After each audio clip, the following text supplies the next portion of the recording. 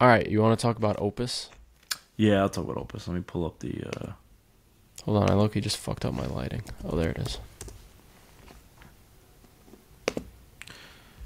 All right, hold on a second. I gotta get on my letterbox. Bear with us, bear with us. Yeah, technical difficulties. All right, Opus. A young writer is invited to the remote compound of a legendary pop star who mysteriously disappeared 30 years ago.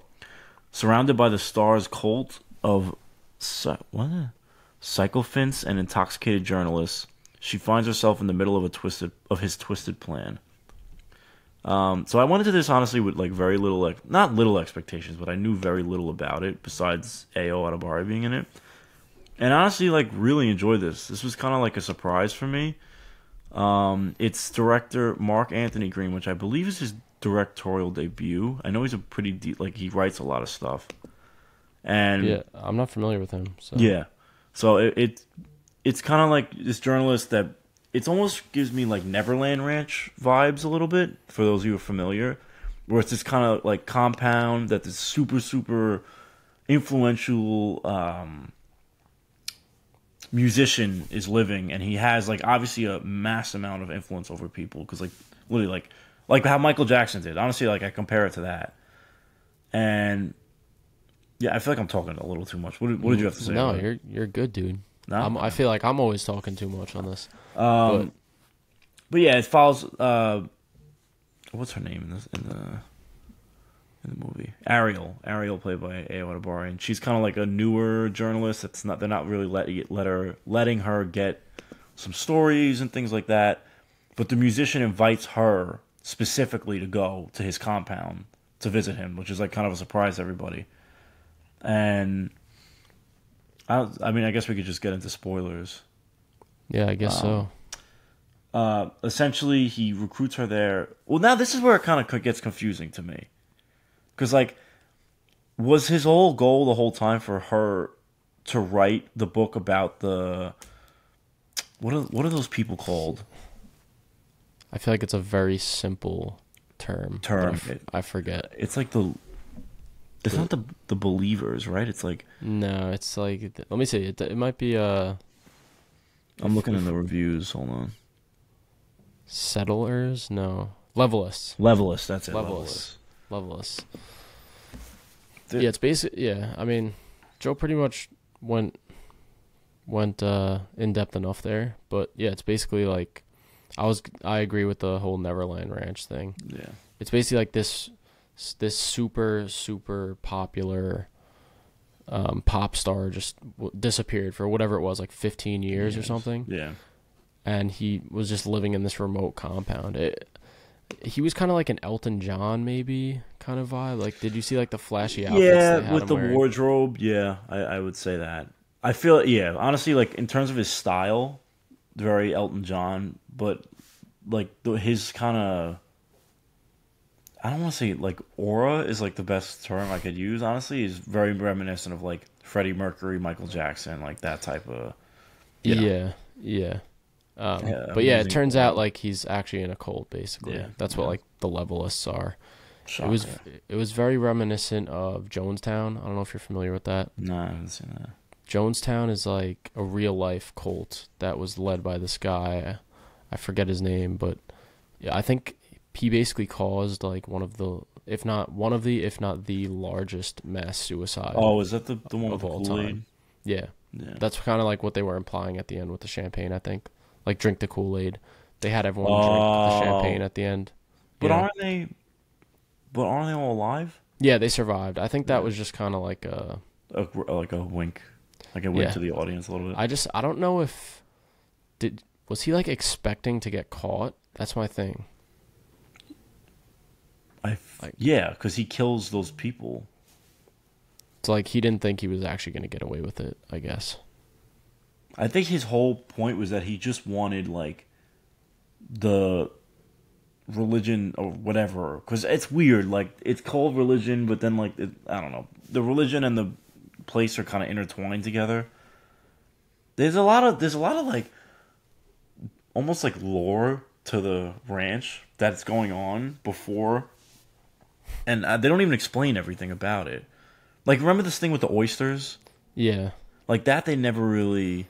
They kind of show that everyone has these like scars on their hands, and it's later revealed that it's from them like shucking oysters to find pearls, which they use for jewelry. I think the pearls was just supposed to be like how levelists can kind of recognize Identify each other. Yeah, yeah. Because there's that scene at the end yeah. where Ao kind of realizes that that news lady, the Yeah. lady who's interviewing her, is It's a wearing the levelist. pearls. But yeah, I could see how it's confusing. But just to take a step back, though, I do want to talk about how this is actually Ao's first lead role, which I thought was pretty cool. Kind of crazy, yeah. Yeah, I like seeing her in the lead, and I Yeah. thought she was a great leading lady, in my opinion. I think she had the chops for it. She's usually kind of typecast as kind of like this Comedic, awkward. this like fast talking, awkward, kind of humorous Yeah. vibe, but in this, I mean, she showed off a little bit more range, you know, like a little bit more, you know, fear and things like that in certain scenes. And also I guess a little final girl kind of. Yeah, a little bit of a final girl kind of vibe. Yeah. There was some body horror. I didn't think it was that great, in my opinion. What body horror? Like the girl the Asian girl that's the influencer. Oh, she has like the oh fuck! I forget what. It's called angioedema. It's like when your face swells up. Yeah, it was like super swelled up. Though. Yeah, Her tongue was fat as fuck. Yeah. But how did that happen? He put something in her drink. What did they? Yeah, he put like something in her drink that caused an allergic reaction.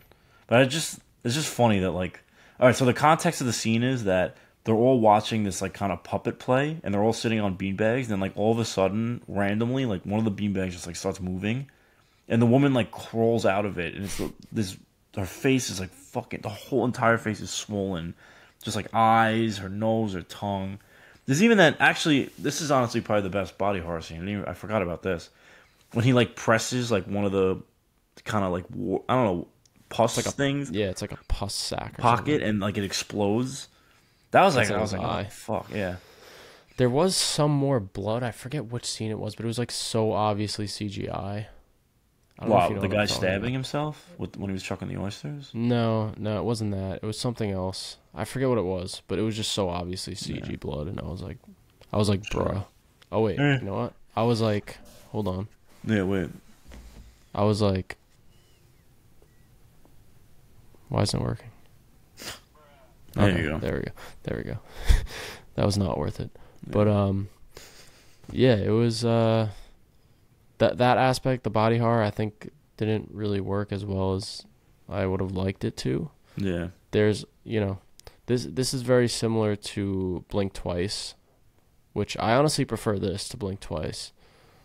But same kind of vibe with like, you know, rich people, elites on an island, and you know what's gonna happen, this and that. Yeah. So, nice. But yeah, after watching this, I gotta say though, I've been sleeping on John Malkovich. Like, he's obviously one of the GOATs if you think about, you know, like just well-known actors. Yeah.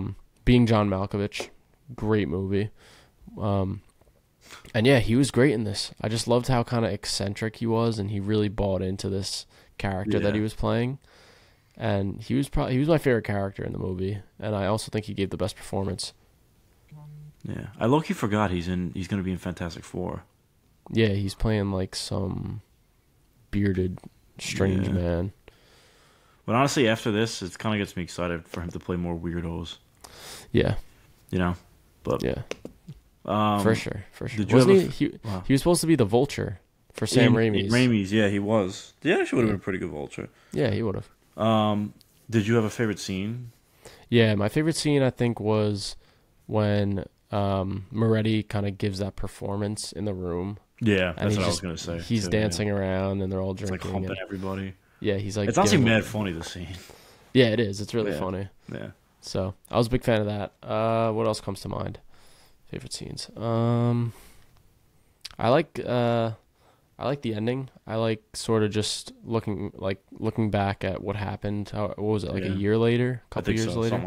Something like that. And when Ariel sits down and talks with Moretti in jail, and he kind of like finally gives her the explanation of why he chose her, and he reveals to her like, yeah, you writing this book is just gonna spread the cause even more.